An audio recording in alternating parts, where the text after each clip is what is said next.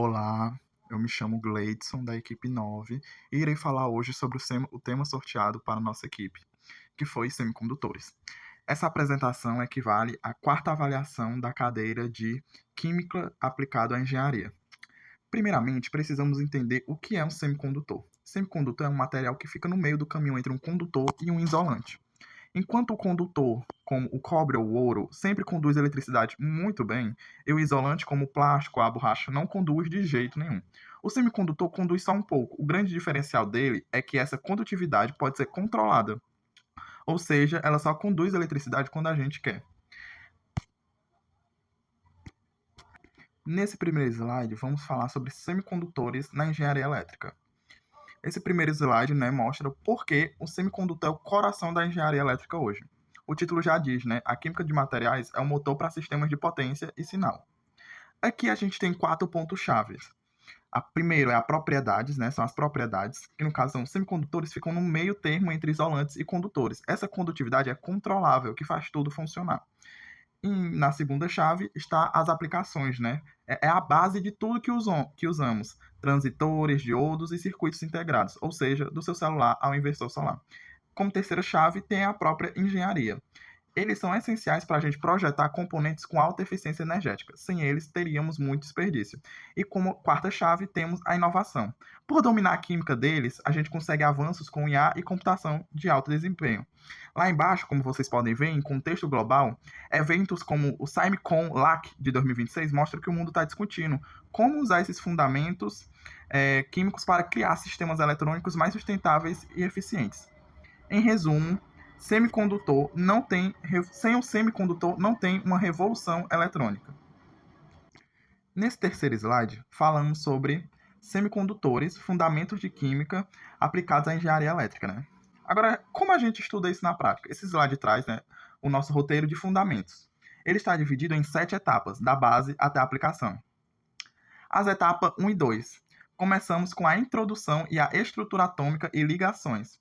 Porque para controlar um semicondutor, primeiro eu preciso entender o átomo de silício, por exemplo. E na terceira etapa, entra a teoria de bandas de energia. É ela que explica por que o material conduz ou não. Esse é o conceito mais importante. E como quarta etapa, a gente aprende dopagem, que é adicionar impurezas de propósito para criar o tipo N e o tipo P. É assim que nasce o diodo e o transitor. Na quinta etapa, vemos as propriedades químicas e processamento, como fabricar esses materiais em escala limpa e precisa. Na sexta etapa, aí sim chegamos nos dispositivos e aplicações na engenharia elétrica. Juntamos tudo para entender como funciona na vida real. E na sétima etapa, finalizamos com a conclusão e perspectivas futuras, olhando para onde a tecnologia vai. Novos materiais, chips menores e mais rápidos.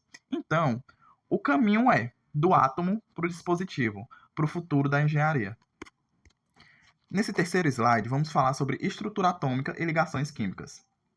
Então, como eu falei, a gente agora vai para o nível atômico. Esse slide se chama estrutura atômica e ligações químicas, porque sem entender isso, não dá para entender o semicondutor. A gente tem 4 blocos principais aqui, sendo o primeiro deles orbitais de silício. O silício é o material base. A gente revisa os orbitais dele, porque a forma como ele se organiza é o que permite formar uma rede cristalina estável. É a casa dos elétrons. E em segundo, vem as ligações covalentes. O silício fica estável, compartilhando elétrons com os átomos vizinhos. São essas ligações covalentes que mantêm o cristal inteiro e dão rigidez ao material. Em terceiro, tem a semicondutividade. A chave de tudo está aqui, A natureza dessas ligações covalentes é o que permite controlar o fluxo de portadores de carga. É por isso que a gente consegue ligar e desligar a condução. E em quarto, vem a engenharia elétrica. E para que serve, Serve para aplicação prática. É usado esse conhecimento de química que a gente cria os dispositivos específicos, transitores, diodos e circuitos integrados. E lá embaixo a gente pode ver o nível de condutividade térmica. O semicondutor fica exatamente no meio entre o isolante e o condutor. Ele não é extremo nos dois lados. Ele não é extremo em nenhum dos dois lados. Nesse quarto slide, vamos falar sobre semicondutores, química e engenharia elétrica. Beleza, a gente entendeu a estrutura. Agora vamos ver como isso vira condução na prática. Porque a análise do comportamento eletrônico para a aplicação tecnológica vem por partes, Em primeira delas tem a banda de valência, representada aqui pelo cobre. É a banda mais externa, onde os elétrons estão ligados aos átomos. Eles são estáveis e não conduzem sozinhos, mas dão estabilidade química do componente. Aí, em segundo, vem a condução. Esse é o objetivo, é o fluxo de corrente elétrica. Quando o elétron da banda de valência ganha energia e pula, ele vira um portador livre. É o princípio vital, né, para os circuitos e dispositivos de potência funcionarem. Em terceiro, vem o band gap. Essa é a palavra-chave do semicondutor. O band gap é a distância de energia entre a banda de valência e a banda de condução. É ele que define se o material vai ser isolante, condutor ou semicondutor. E é por manipular esse band gap que a gente escolhe o silício para fazer o chip. E por último, né, vem a engenharia novamente. E a engenharia entra aqui. A engenharia entra aqui na manipulação dessas bandas de energia de propósito, com dopagem e tensão, para ter um controle preciso de dispositivos eletrônicos modernos. Então, né, a banda de valência mais o band gap dá igual a controle de condução, que automaticamente dá igual a... Olá, sou Carlos Eduardo e vou falar um pouco sobre dopagem cristalina dos semicondutores. Esse processo químico basicamente adiciona uma impureza na estrutura cristalina de um semicondutor intrínseco. Um semicondutor intrínseco é aquele que é constituído somente por um elemento, por exemplo, o silício do grupo 14.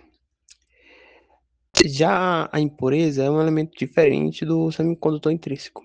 Por exemplo, pode-se adicionar uma estrutura cristalina formada pelo semicondutor do grupo, o semicondutor silício, o alumínio do grupo 13 ou o fósforo do grupo 15. Quando isso acontece, o semicondutor é chamado de extrínseco.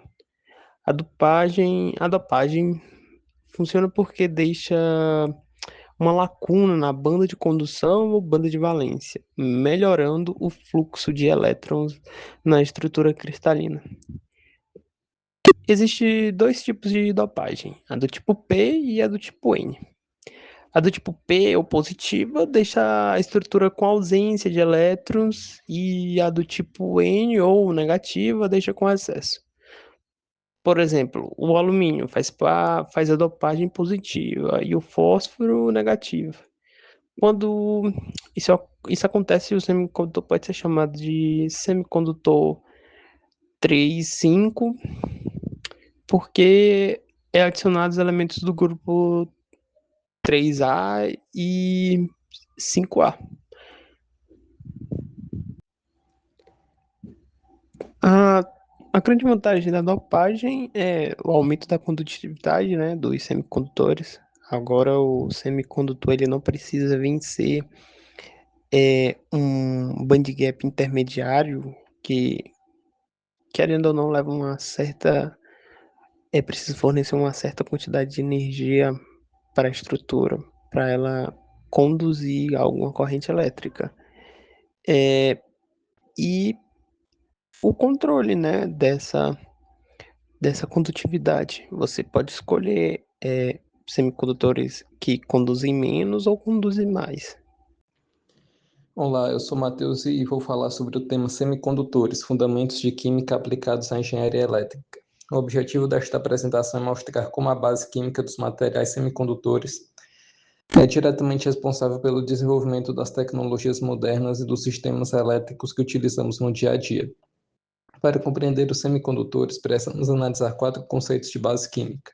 A dopagem química, que é a modificação intencional das propriedades químicas de material puro, como silício, através da introdução de impurezas. Esse processo é vital para criar os componentes eletrônicos. A difusão química, que se refere ao movimento natural de portadores de carga elétrica entre materiais do tipo P positivos e tipo N negativos. A zona de depleção, que é a região isolante que se forma na fronteira dessa interação, que atua como uma barreira essencial para o controle físico dos circuitos elétricos. E o controle de fluxo, que graças a essa estrutura molecular, o componente permite a passagem seletiva e controlada de elétrons, regulando sistemas de potência e de sinal. A união desses conceitos resulta no funcionamento da junção PN. Ela é o pilar fundamental para o controle de dispositivos na engenharia elétrica moderna por 2 motivos principais. A miniaturização, pois permite reduzir drasticamente o tamanho dos componentes eletrônicos, e o estado sólido, que serve como a base fundamental de toda a eletrônica de estado sólido atual. Por fim, a química aplicada aos semicondutores se materializa em grandes aplicações de engenharia. Elementos como transistores, LEDs e células fotovoltaicas são os verdadeiros pilares dos projetos modernos. Em resumo, entender a química dos materiais é a chave para gerar a inovação elétrica do futuro. Agora eu vou falar sobre semicondutores e engenharia elétrica. E vamos entender como a química de materiais atua como um alicerce fundamental para três grandes pilares do mundo contemporâneo: a inovação tecnológica, a inteligência artificial e a transição energética global. Para alcançarmos a inovação tecnológica, o ponto de partida é o domínio da química de materiais. Um controle em nanoescala, por exemplo.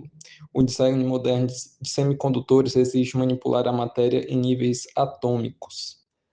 E também é necessário compreender as propriedades moleculares, pois compreender o comportamento molecular é essencial para criar componentes mais rápidos e eficientes.